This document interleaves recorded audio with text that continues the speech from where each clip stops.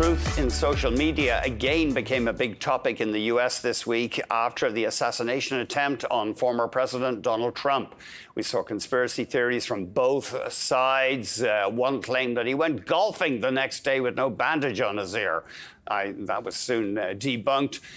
All this as the former president chose a vice presidential running mate, Vance, who has strong Silicon Valley ties. Bruce Croxon, co-founder of Round 13 Capital, is here to look at this tech connection.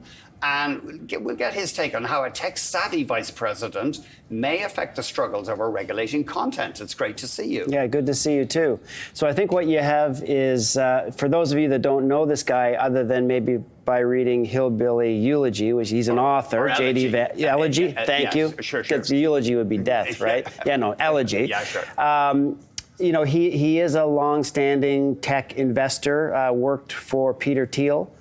Cut his teeth in the tech industry. As you know, Peter Thiel has been a long-time sort of right-wing Republican supporter. So I think part of Silicon Valley is quite excited that, you know, there's finally somebody with some tech savvy potentially in the Oval Office.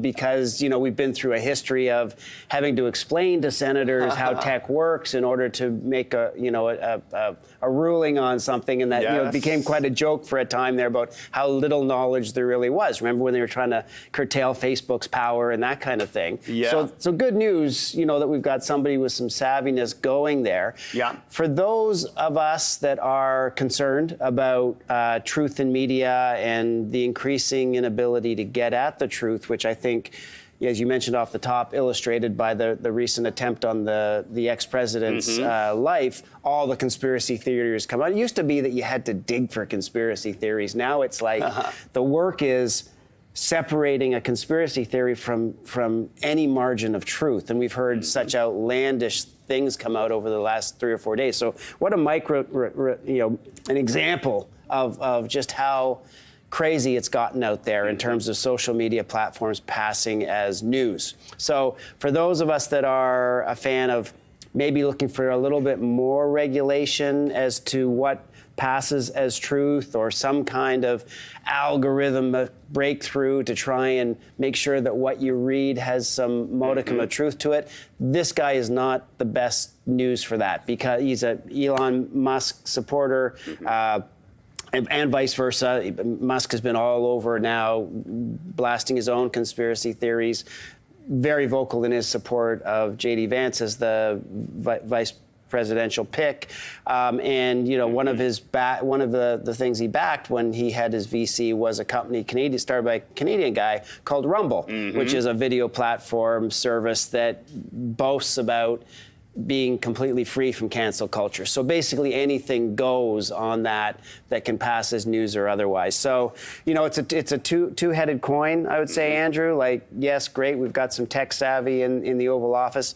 If you're looking for, you know, any breakthroughs about being able to garner truth from social media platforms, you know, we could be in for another X number of years of a rocky ride. Yeah, Rumble, as you say, based in Toronto, a rival to YouTube, and apparently popular with far-right commentators. That's right. You know, and actually, I believe they power True Social's platform as well, for example, right? Yeah. So there you go. I mean, they're all working together to say, look, whatever you want to say, and we've seen a guy get elected on this basis, you know, coming out with whatever he wants, basically, and then, you know, even though it's proven to be wrong in most people's eyes, it doesn't seem to matter. And right?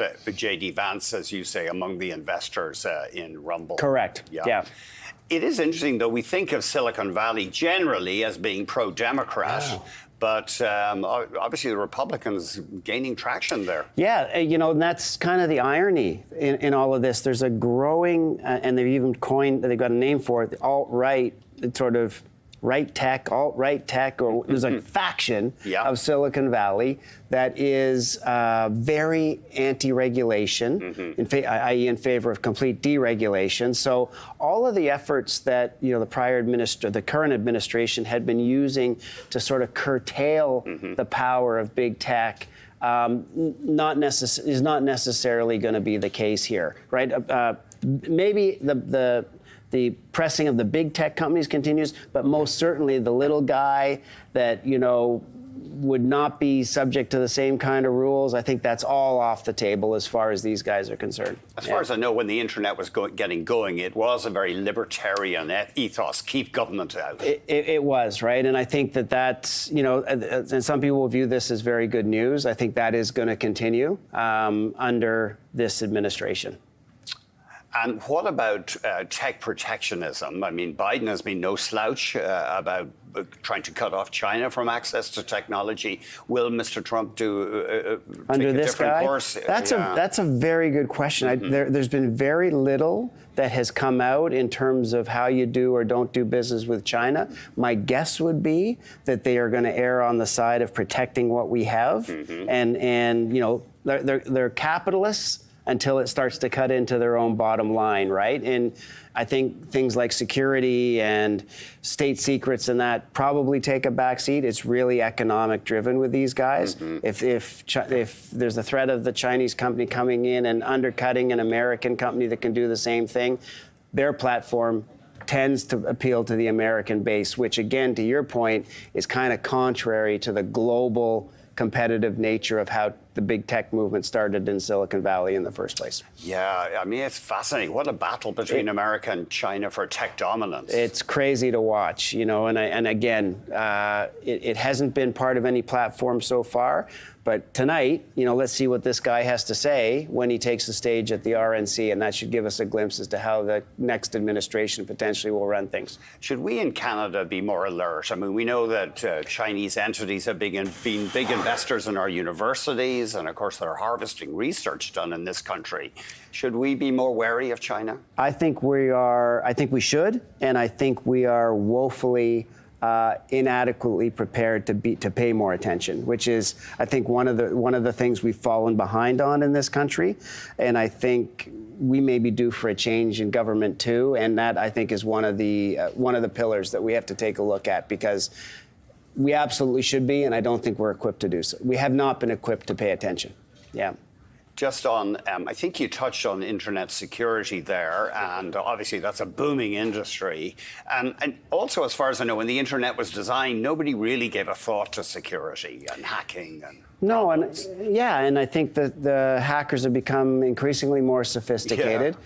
Our lives at the same time have moved increasingly online, right? So that's like a perfect storm, and it's one degree of separation. I think everybody is either had or knows somebody that has been compromised, either on a personal or a company basis. So it's no secret that security, even right through the tech slump of the last sort of 3 or 4 years in software, aside from the chip manufacturers, the security guys have been one area that the multiples have stayed very high. What about if a company has a data leak? Should regulators tell them, okay, well, now you have to give customers the option of dealing with you not online, by phone or mail? I mean, going back to the way it was? Well, yeah, if you can't keep the data safe, you have to give customers the option. And should that be a regulation? I mean, that's a good question.